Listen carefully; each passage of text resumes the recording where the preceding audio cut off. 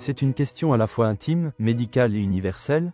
Faut-il éjaculer souvent pour rester en bonne santé? Est-ce que le corps en a besoin, comme il a besoin de dormir ou de manger?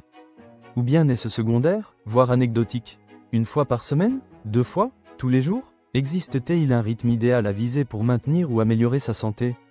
Pour répondre à ces interrogations, il est indispensable de dépasser les idées reçues et de s'appuyer sur les résultats des recherches scientifiques les plus solides.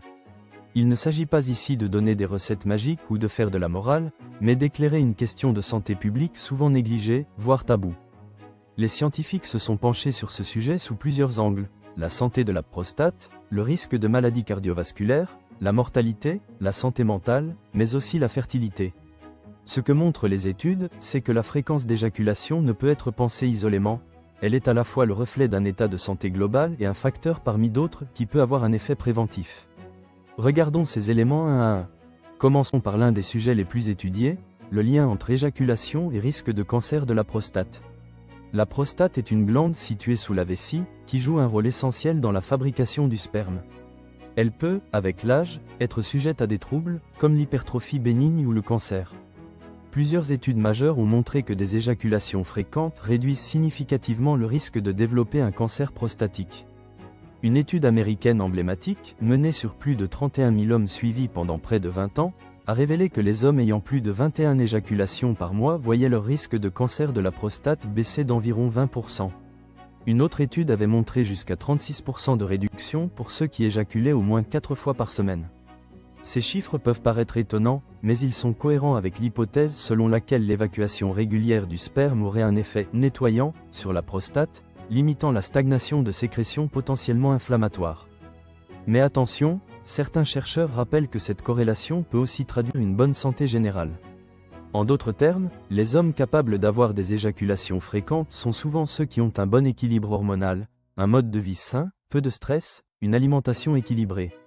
Autant de facteurs qui, en soi, diminuent aussi les risques de maladies chroniques, y compris les cancers. Cela signifie que l'éjaculation pourrait n'être qu'un indicateur de bonne santé, plutôt qu'un facteur protecteur direct. Le deuxième domaine d'étude est la santé cardiovasculaire. Là aussi, des corrélations nettes ont été observées entre fréquence d'éjaculation, souvent mesurée par la fréquence des orgasmes, et réduction du risque de maladie cardiaque.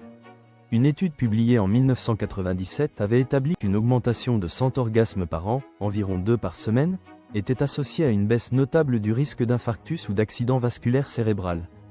Plus récemment, une étude menée au Royaume-Uni a montré que les hommes ayant au moins 2 rapports sexuels par semaine avaient 45% moins de risque de développer une maladie cardiovasculaire que ceux qui avaient moins d'un rapport par mois. Ces chiffres sont impressionnants, mais là encore, il faut faire preuve de prudence. Une bonne vie sexuelle est souvent le résultat d'une bonne santé vasculaire. Un homme souffrant d'artériosclérose, de diabète ou d'hypertension aura plus de mal à avoir des érections de qualité, et donc une sexualité régulière. Autrement dit, une sexualité active est davantage un indicateur qu'un remède. Cependant, certains mécanismes physiologiques pourraient tout de même expliquer un effet bénéfique de l'éjaculation régulière. L'orgasme entraîne une libération d'endorphines, d'ocytocine et d'autres neurohormones favorables à la détente musculaire, à la régulation du rythme cardiaque, à la baisse de la tension artérielle. L'activité sexuelle est aussi une forme d'exercice physique modéré. Sur ce point, les effets positifs sont donc à la fois directs et indirects. Un autre bénéfice régulièrement rapporté dans les études est d'ordre psychologique. Une activité sexuelle régulière, quand elle est vécue de manière positive, s'associe à une réduction de l'anxiété, à un meilleur sommeil, à une baisse du niveau de stress, à une meilleure estime de soi. Elle joue aussi un rôle dans le maintien du lien affectif, lorsqu'elle est partagée dans un couple. Il a même été démontré que la régularité de la vie sexuelle est un facteur prédictif de longévité et de satisfaction de vie. Mais encore une fois, tout dépend du contexte. Il ne suffit pas d'éjaculer pour se sentir bien.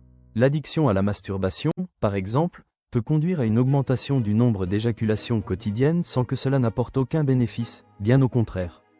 Elle est souvent le symptôme d'un mal-être ou d'une compensation émotionnelle, et peut s'accompagner d'un isolement, d'un sentiment de vide ou d'une culpabilité. Ce qui compte ici, ce n'est donc pas la fréquence brute, mais la qualité du vécu subjectif. Il vaut mieux éjaculer 2 fois par semaine dans une sexualité épanouie, partagée, consentie, que 10 fois dans un climat de solitude ou de stress. Faut-il éviter d'éjaculer trop souvent? Y a-t-il un danger à se masturber ou à avoir des rapports plusieurs fois par jour? D'un point de vue strictement médical, aucune étude sérieuse n'a montré qu'il existait un seuil pathologique de fréquence, sauf dans 2 cas bien précis, l'irritation locale des organes génitaux, due à des frottements trop répétés, et la baisse temporaire de la qualité du sperme chez ceux qui essaient de concevoir un enfant. En dehors de ces 2 exceptions, éjaculer fréquemment, y compris tous les jours ou plusieurs fois par jour, ne pose aucun problème de santé physique ou mentale, à condition que cela ne cache pas un déséquilibre plus profond. C'est donc la motivation et le contexte qui doivent être examinés, et non la fréquence seule.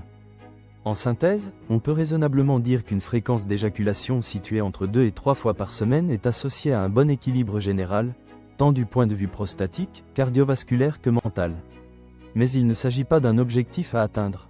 C'est plutôt une conséquence naturelle d'un bon état de santé global, d'une bonne vitalité hormonale, et d'un bien-être psychologique. Si cette fréquence est atteinte naturellement, c'est tant mieux. Si elle est plus faible mais que tout se passe bien, ce n'est pas grave. Et si elle est absente ou trop élevée, il faut en comprendre la cause, sans honte ni tabou. Enfin, il est crucial de rappeler que la sexualité ne peut pas être réduite à un chiffre. Ce qui importe, c'est l'épanouissement, le consentement, l'écoute de soi et de l'autre. Une sexualité régulière peut être un formidable moteur de santé, mais elle ne peut pas être dissociée du reste de la vie. Alimentation, sommeil, activité physique, gestion du stress, relations humaines, chercher à augmenter artificiellement la fréquence de ces éjaculations n'a pas de sens si cela ne s'inscrit pas dans une démarche globale de mieux-être. Ce n'est pas par là que l'on commence. On commence par prendre soin de soi, retrouver de l'énergie, dormir suffisamment, s'oxygéner, faire circuler le sang, apaiser ses tensions, s'ouvrir à l'autre. Alors, naturellement, une sexualité plus régulière, plus libre, plus équilibrée peut réapparaître, avec ses bénéfices en cascade. L'éjaculation est un marqueur, pas un but. Elle témoigne du bon fonctionnement du corps et de l'esprit, mais ne peut être un indicateur unique. Elle peut être une source de plaisir, de lien, de détente, mais elle doit rester volontaire, consciente et choisie. Pas forcée, ni subie. En somme, la vraie question n'est pas « Combien de fois dois-je éjaculer par semaine ?», mais plutôt « Suis-je à l'écoute de mon corps et de mes besoins ?» C'est cette écoute-là, authentique, qui est le meilleur garant d'une santé durable.